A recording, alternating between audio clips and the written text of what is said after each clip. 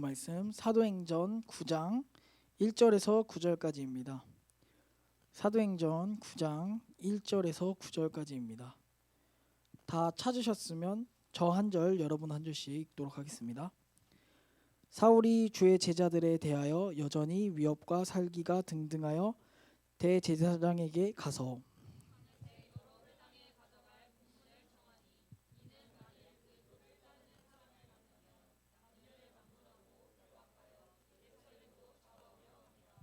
사울이 길을 가다가 다메섹에 가까이 이르더니 호련히 하늘로부터 빛이 그를 둘러 비추는지라.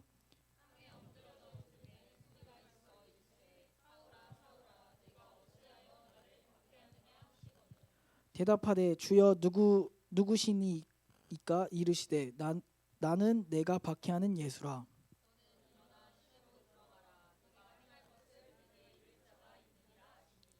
같이 가던 사람들은 소리만 듣고 아무도 보지 못하여 말을 못하고 서 있더라.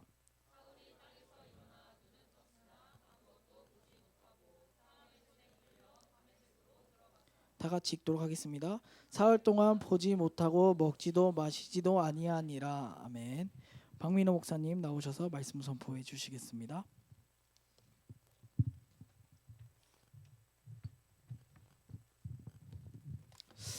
네, 오늘 우리 말씀 제목 바울의 전환점입니다.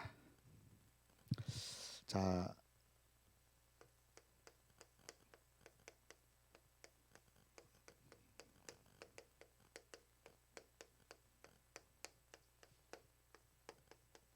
사도행전 9장 우리 1절에서 9절 말씀 읽었습니다.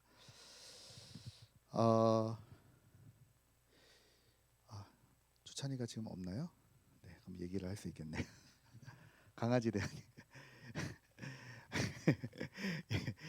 제가 무슨 얘기를 여러분 이제 저는 지금은 그렇게 하지 않지만 이제 제 얘기를 좀 말씀을 드리면은 제가 어릴 때 강아지를 한 마리 키웠습니다. 네, 이름도 아직도 안 잊어져요. 초등학교 때 제가 키웠는데 다롱이라고 다롱이. 예, 아롱이랑 다롱이가 있었는데 제가 이제 다롱이라는 개를 키우게 된 겁니다. 얼마나 제가 그 개를 초등학교 때 제가 3학년 때 키웠거든요. 근데 여러분 지금처럼 뭐 이렇게 반려견 품종 이런 게 아니고요. 그냥 저기 흔히 말하는 똥개라고 그러죠. 똥개. 발발이 그 개를 누가 한 마리 주셔가지고 제가 집에서 키우게 된 겁니다. 얼마나 예쁘고 그랬는지 몰라요. 그래서 제가 그 어느 정도였냐면은 물질이 있는 곳에 네 마음도 있다고. 제가 그 당시에 하루 용돈이 200원이었는데 100원을 다롱이를 위해서 썼어요. 물질이 있는 곳에 내 마음이 있잖아요. 그만큼 제가 그 강아지를 사랑하고, 예. 그래서 제가 한 번은 모르고 오징어를 줬는데 걔가 이제 강아지는 원래 오징어 먹으면 안 된다 그러다 몰랐죠. 몰랐는데 얘가 막 킥킥킥거리며 토하는 거예요. 그때 막 함께 울고 내가 잘못했다 막 이러고 기억이 납니다. 그러다가 이제 제가 안양으로 이사를 오게 되면서 이제 결국 강아지는 이제 다른 분에게 주고 저는 이제 여기로 왔는데요. 근데 제가 너무 보고 싶은 거예요. 그 개가 잘 있나? 밥은 잘 먹고 있을까? 날 찾지는 않을까? 너무 궁금해가지고 제가 다시 찾아갔어요. 그 다음 주에 그 서울에 제가 살던 동네가 마포였는데요. 공덕동까지 제가 혼자 찾아가서 그 우리가 드렸던 그 교회 권사님 집에 찾아간 겁니다. 우리 다롱이 보러. 예, 근데 다롱이가 안 보이더라고요. 그래서 다롱이 어디 가냐 했더니 아줌마가 말을 안 해요. 예. 이제 나중에 알게 된 얘기지만 저기 보신을 하셨다는 거예요. 네. 주찬이가 없어서. 네. 제가 그게 너무 충격이 돼가지고요. 어떻게 인간이 저럴 수가 있나? 제가 며칠을 식음을 전폐하고 밥을 안 먹고 막 개 하염없이 울고 그랬던 생각이 납니다. 그래서 제가 그때 뭘 결심을 했냐면은 다시는 애완동물을 안 키운다. 다시는 이제 이런 슬픔과 그 상처 때문에 내가 다시는 애완동물 안 키우지 않겠다. 제가 결단하고 지금도 우리 애들이요. 아빠 우리 고양이 키우면 안 돼. 아빠 목 햄스터 안 돼. 절대 안 돼. 다시는 안 돼. 절대 안 돼. 나중에 네가 커가지고 네가 나중에 나가면 그때 키워라. 절대 우리 집에서는 키울 수 없다. 제가 예. 쉽게 말하면 그게 저한테는 뭐가 됐습니까? 전환점이 됐죠. 다시는 내가 애완동물을 키우지 않겠다는 전환점. 아마 많은 사람들이 그런 전환점이 있을 겁니다. 내가 어떤 일을 하게 되는 전환점이라든지 내가 어떤 일을 하지 않게 되는 전환점이라든지 이제 사람들마다 전환점들이 다 있죠. 자, 그런데 오늘 이 바울의 전환점은 굉장히 중요한 내용입니다. 사실 우리는 계속해서 이 앞에 서봐야 됩니다. 내가 바울이 맞이했던 이 전환점의 축복을 내가 가지고 있느냐, 아니면 나는 교회는 다니는데 이것과 전혀 상관없는 그냥 나 편한 대로 어떤 내 생각대로의 신앙생활을 나는 하고 있는지 우리는 계속해서 점검을 해야 됩니다. 자, 내용은 여러분 이미 사실 잘 아시죠? 그동안 많은 말씀을 드렸기 때문에. 네. 자, 바울이 도대체 어떤 전환점을 맞이했냐? 먼저 바울의 이전 상태를 봐야 됩니다. 자, 여러분들 그 빌립보서 3장에 보니까요. 빌립보서 3장에 보니까 바울이 이런 얘기를 합니다. 그 3절에 보니까요. 4절에 보니까 그러나 나도 육체를 신뢰할 만하며 만일 누구든지 다른 이가 육체를 신뢰할 것이 있는 줄로 생각하면 나는 더욱 그러하리니.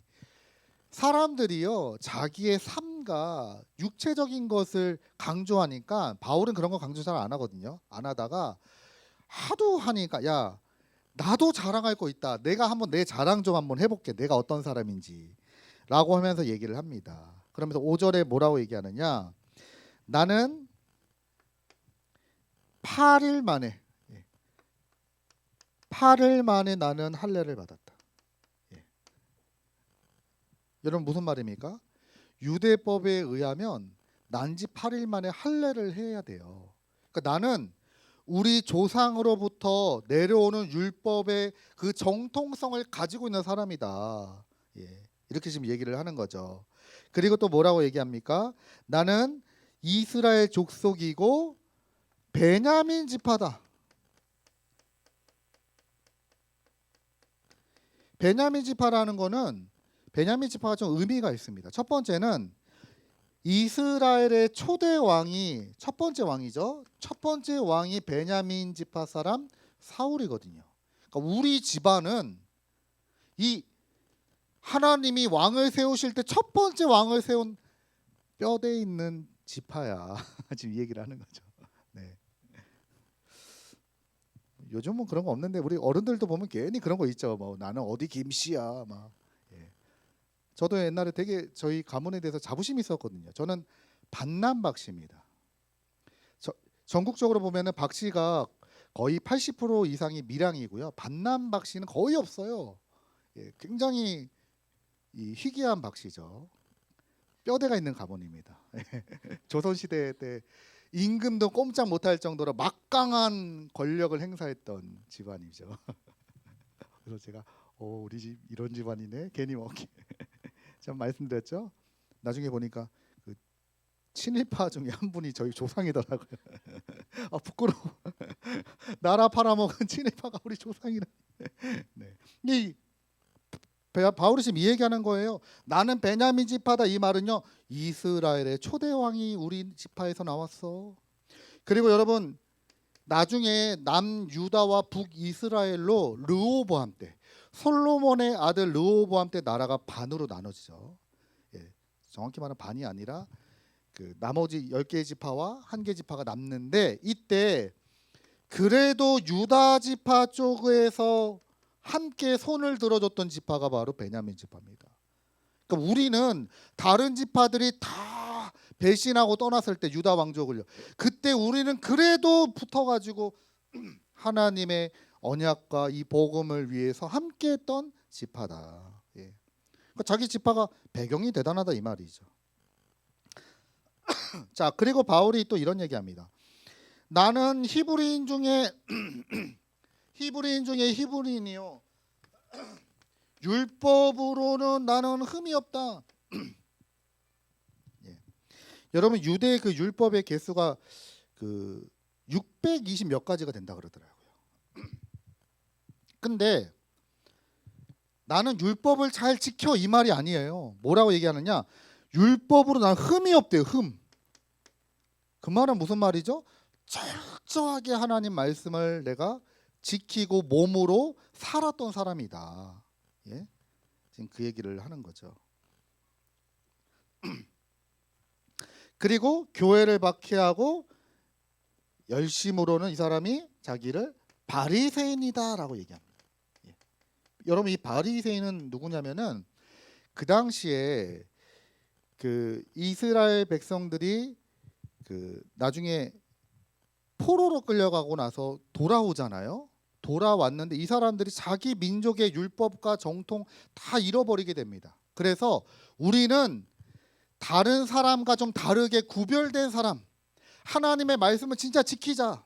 하나님의 말씀을 우리가 지키고 정통 있게 우리 후대들에게 가르치고 이런 일을 하자. 그래서 바리새라고 하는 말이 분리되다 이런 뜻이에요. 분리되다. 나는 다른 사람하고 우리 유대인 중에서도 나는 분리되어서 특별히 하나님의 말씀을 더 사랑하고 사모하고 지키는 사람. 그래서 유대인들이 당시에는 바리새인들은 되게 존경합니다. 이 사람들은 진짜 대단한 여러분 우리가 교회 다니면서도 어떤 사람 존경합니까?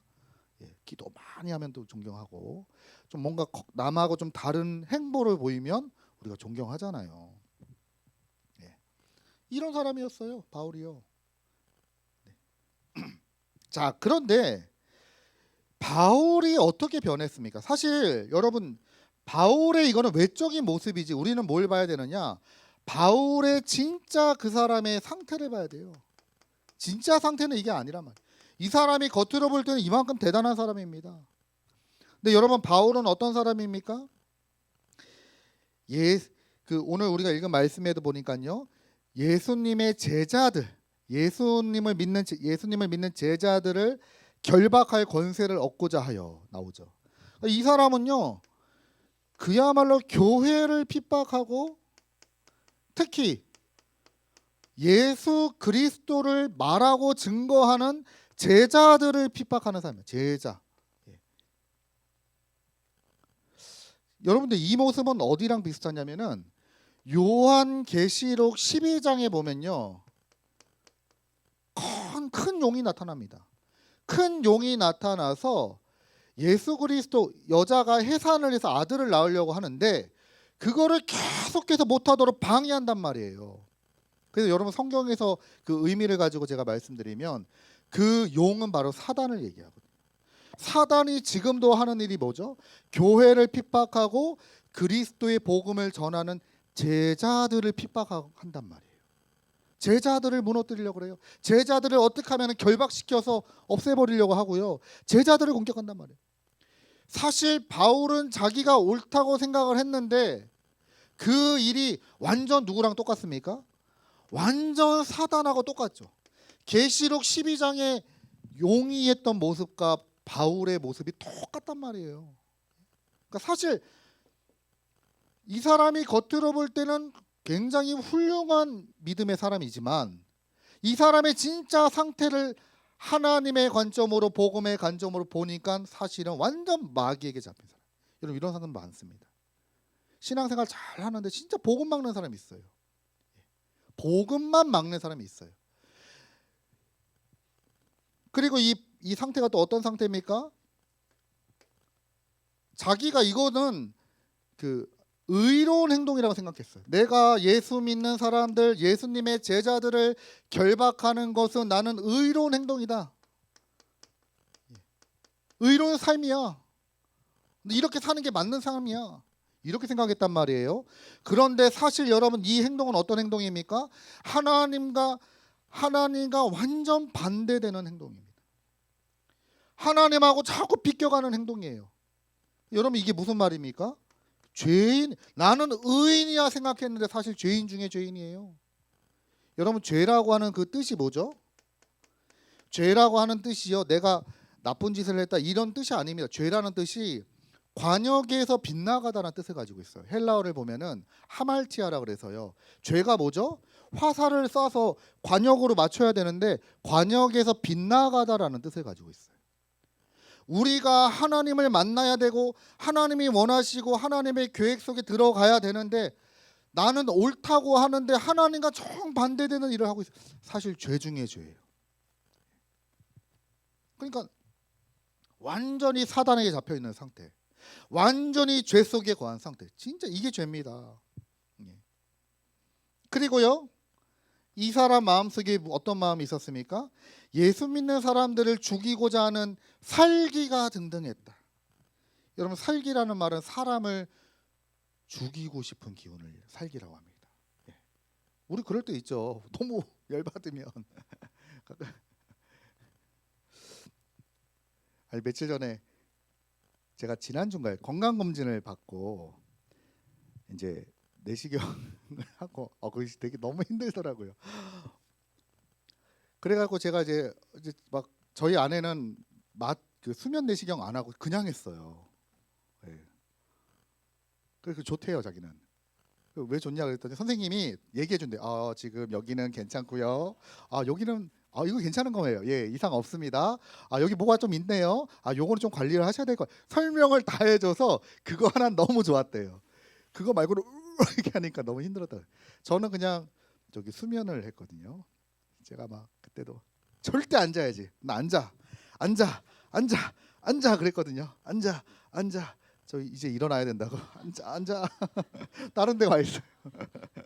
네. 3시간 잤더라고요. 그냥 꿀잠 잤더라고요. 안 잤는데.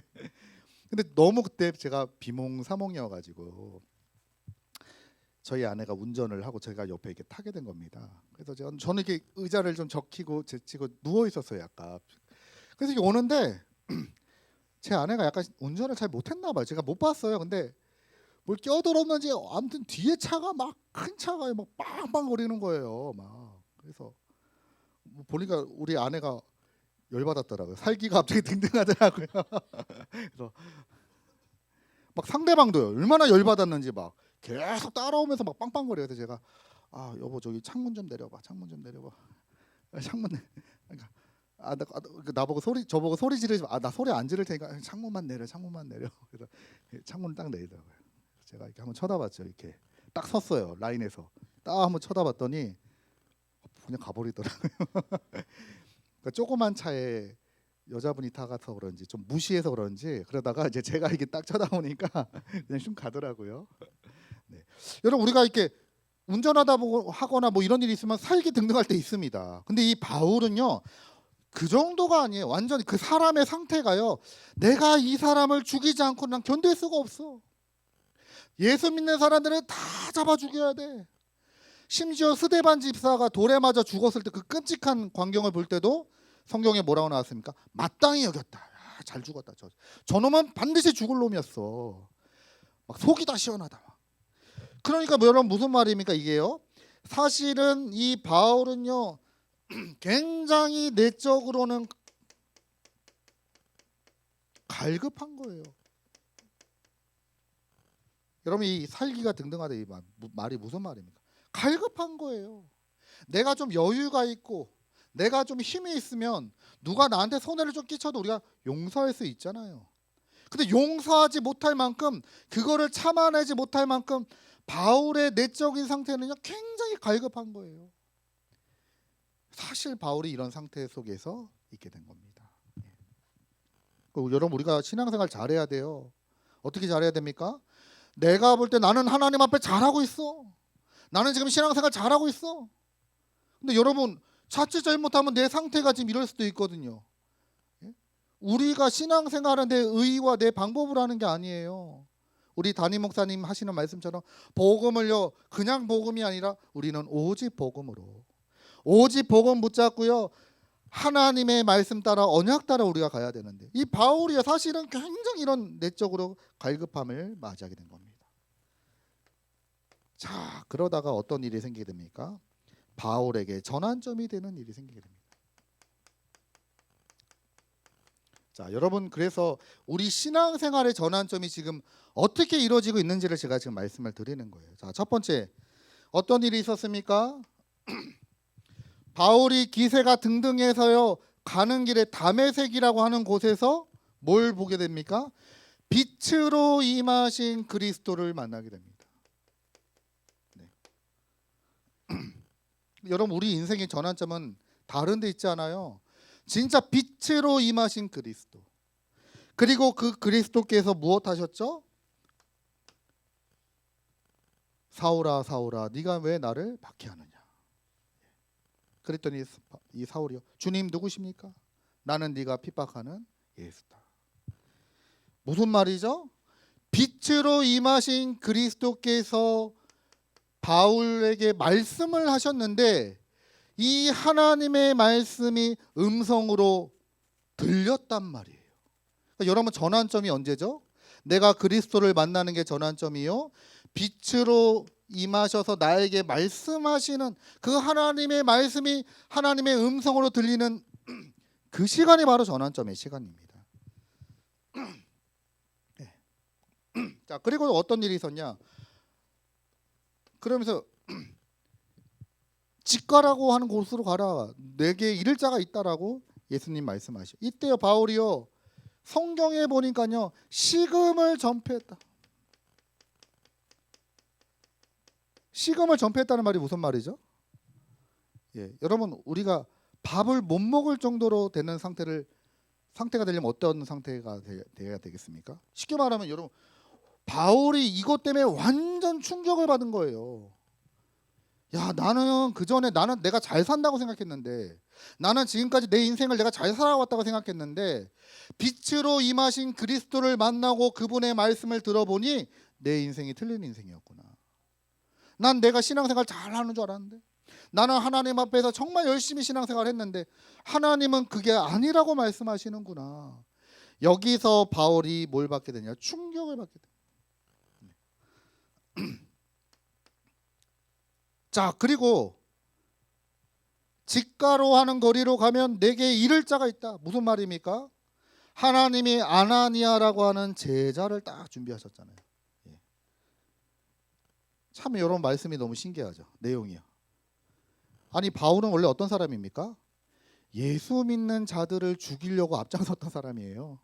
이 사람이요 정확히 말하면 교회를 핍박하거나 교회를 핍박한 게 아닙니다. 성도들을 핍박한 게 아니라 예수 믿는 예수님의 제자를 잡아 죽이려고 했다고요.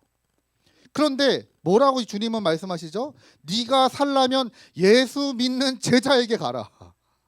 오히려 자기가 죽이려고 하는 그 제자에게 가서 바울이 여기서 뭘 얻게 되죠? 인생의 중요한 답을 딱 얻게 됩니다. 이게 지금 바울에게 일어난 지금 전환점의 내용이에요. 그랬더니 바울이 어떻게 됩니까? 사도행전 9장 19절에서 22절, 앞을 보지 못했던 바울이요 눈에 비늘 같은 것이 벗어지게 되고, 그리고 음식을 먹고 강건하여지고 즉시, 여기 성경에 보니까 즉시 회당으로 가서 예수가 그리스도를 전파하는 증인으로 바뀌게 됩니다. 그러니까 여러분, 사람들이 뭐라고 얘기합니까? 듣는 사람마다 다 놀라 말하되 이 사람이 예루살렘에서 이 이름을 부르는 사람을 멸하려던 자가 아니냐. 여기 온 것도 그들을 결박하여 대제사장들에게 끌어가고자 함이 아니냐 하더라. 그 22절에 보니까요, 사울은 힘을 더 얻어 예수를 그리스도라 증언하여 다메섹에 사는 유대인들을 당혹하게 했다. 당혹하게 했다. 아니, 저 사람은 이런 사람인데 어떻게 저 사람이 예수가 그리스도임을 말하는 사람으로 바뀌었는가? 너무 놀래가지고요 복음을 듣는 사람들이 당혹하게 되었다라고 지금 성경에 기록이 됩니다. 네. 자, 그러면 여러분, 여기서 우리가 답을 얻어야 돼요. 여러분, 전환점이라고 하는 게 물론 우리가 어떤 큰 어려움과 사건을 가지고도 전환점이 되긴 합니다. 저희 아버지 같은 경우에도요 거의 식물인간으로 사고 나셔서 식물인간으로 거의 40일 정도 계시다가 깨어나시고 나서 전환점이 됐어요. 하나님이 살아계신다. 저희 아버지가 병원에 입원하시기 전만 해도 민호야, 하나님이 밥 먹여주시는 거 아니다. 아빠가 이래서 먹는 거야. 그러니까 하나님 믿지 말고 아빠의 주먹을 믿어라. 우리 아버지가 원래 그랬거든요. 주먹을 믿어라. 야, 이게 먹이는 거야. 이게 지금 네 학교 다니게 해주는 거야. 하나님이 아니야. 그러니까 아빠한테 얘기해. 하나님 찾지 마. 저희 어머니가 교회 전도사로 이게 사역하시니까 저희 아버지가 맨날 하는 말. 아우, 니네 엄마는 예수 믿는다고 맨날 돌아다니고 집 청소도 안 해놓고 밥도 안 해놓고, 야, 아빠가 이게 일 힘들게 하고 와서, 예. 요즘 직장인들이 일 힘들게 하고 와가지고 또 집안일까지 하려면 얼마나 힘듭니까? 요즘은 서로 도와서 잘 하고 있죠? 잘 하고 있죠? 네, 서로 도와서 합력하여 돕는 배필. 네, 이지만 우리 아버지가 그러는 거예요. 야, 예수 믿어도 소용없어. 야, 예수 믿는다고 우리 집이 뭐가 나아졌냐? 하나도 나아진 거 없지. 믿지 마라. 근데 저희 아버지 사고 난 다음에 하나님이 날 살리셨다. 하나님. 저희 아버지 그래서 병원에 계실 때도 새벽 기도를 안 받으셨어. 근데 몸이 다 나으니까 또 새벽 기도 안 하시대. 몸이 아프실 때는요, 저기 비산동에서 걸어가지고 여기까지 새벽 기도 오시고 새벽마다 주님 찾고 그랬는데 다 나으시니까 이제 새벽 예배 안 드리시더라고요. 물론 여러분, 우리가 그런 엄청난 충격 받아가지고 충격적인 일을 통해서 전환점이 되기도 합니다. 근데 여러분, 그렇지 않다 이거예요. 가장 좋은 거는 빛으로 임하신 그리스도를 말씀을 통해서 믿는 겁니다. 그래서 여러분, 전환점의 시간이 언제죠? 오늘 예배드리는 시간이에요. 전환점의 시간이 언제입니까? 내가 하나님 앞에 서는 시간이에요. 그 시간이 나에게 전환점이 되는 시간입니다. 그래서 우리는 매번 예배 드릴 때마다 점검하셔야 돼요. 야, 내가 오늘도 예배를 드렸는데 이런 응답과 축복 속에서 내가 예배를 드렸는가? 지금 이 은혜와 축복이 지금 내게 머물러 있는가? 아니면은 내가 지금 행위로 겉으로 볼 때는 신앙생활을 했는데 전혀 이것과 상관없는 내가 인생을 살았는지 우리가 점검을 해보셔야 됩니다. 네. 자, 그래서 결론으로, 자, 여러분, 아무것도 걱정하지 마시고 매일마다 전환점의 축복을 찾아내라. 매일, 날마다 전환점입니다. 제가 지난번에 한번 새벽에 새벽 기도 오는데 제가 여러 가지 모습들이 갑자기 생각이 나는 거예요. 그러면서 하나님, 내가 진짜 하나님 앞에 회개합니다. 막 회개 기도를 막 하면서 왔어요. 무슨 회개냐? 다른 회개 아니, 제가 나쁜 짓을 한 회개가 아니라, 거짓말했기 때문에 회개가 아니라, 하나님, 내가 진짜 이 복음 가지고 누려야 되는데, 그런 마음을 주시더라. 하나님, 내가 진짜 이 복음으로 오직 해야 되는데 내가 하지 못하는 걸림돌들이 내 안에 너무 많아요. 주변에 너무나 많은 사람들이 내게 말을 합니다. 하나님, 이런 많은 사건들이 있습니다. 이 속에도 굴하지 않고 내가 오직 할 수 있도록 하나님 나와 함께하여 주옵소서. 매일마다 여러분에게 전환점이 되는 그 시간을 찾아내셔야 됩니다. 자, 여러분, 우리는 매 시간이 있죠. 매 시마다 우리는 계속해서 전환점을 맞이하는 겁니다. 하나님은 지금도 살아계시고 하나님은 지금도 응답하시는 하나님. 자, 그리고 우리에게 매사 사건들이 있단 말이에요. 여러분, 우리 구원받은 하나님의 자는요, 이게 다 응답이요 축복입니다. 네. 제가 어제 우리 큰애가 그런 얘기를 하더라고요. 아빠 학교 다니면서 힘들었던 얘기를 하더라고요. 아빠 아무튼 그렇습니다. 왜냐면은 우리 큰애가 지금 이렇게 선생님이 이 설교를 듣진 않겠죠. 지금 선생님하고 코드가 너무 안 맞다는 거예요. 코드가, 여러분, 그 코드라는 게 있잖아요. 네. 존경하고 존경하지 않고 말고 나하고 맞는 스타일의 선생님이 있고 안 맞는 선생님도 있잖아요. 근데 지금 선생님이 그게 좀 안 맞나 봐요. 그래가지고 애가 또 착해요, 큰애가. 그래서 그래, 1년만 잘 버티자. 3학년 때 1년만 잘 버티자. 그래갖고 잘 버텼대요. 1년만. 여러분 직장생활도 그렇게 하시죠. 그래, 1년만 어떻게 해보자. 1년만 한번 해보자. 그래서 잘 버텼대요. 그래서 선생님하고 안 맞아도 잘 맞춰드리고 막 힘들었겠죠. 죽을 만큼 힘들었다 그러더라고요. 그리고 나서 4학년이 됐는데 이 선생님이 너무 좋은 거예요. 여자 선생님의 자기들하고 너무 코드도 잘 맞고 이해도 잘해주고, 선생님이니까요. 또 이렇게 여자 선생님이니까 좀 섬세하고 얼굴도 예쁘고 뭐 하나 빠지는 게 없네. 그래서 애들이 너무 선생님이 좋아가지고 막 선생님 생일 파티도 열어주고 애들이 그런 거 원래 안 하는데 막 생일 파티도 열어드리고 막그 정도로 애들이 막 선생님 좋아했대. 근데 선생님이 여러 가지 사정이 있어서 중간에 그만두신 거예요. 그래 그만둬가지고 그럼 새로운 선생님이 왔는데 그 선생님이 또 온 거예요. 3학년 선생님이. 그래 6개월만 버티자. 6개월 또 이제 5학년이 됐어요. 아 이제 어떤 선생님을 그 선생님이 또 맡게 된 거예요. 어제 저희 큰애가 그 얘기하면서 약간 눈물을 흘리더라고요.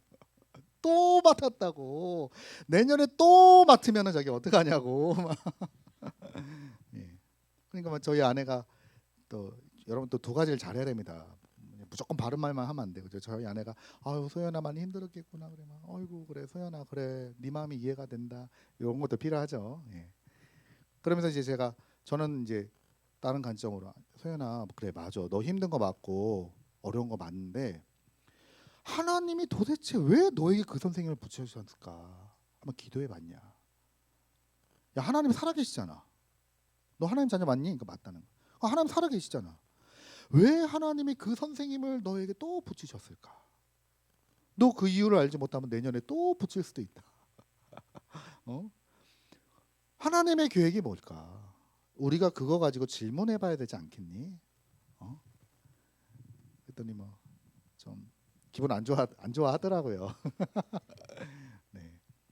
근데 또 와서 나중에 잘 때 되니까 또 고맙다고 얘기를 하더라고요. 여러분 무슨 말이죠?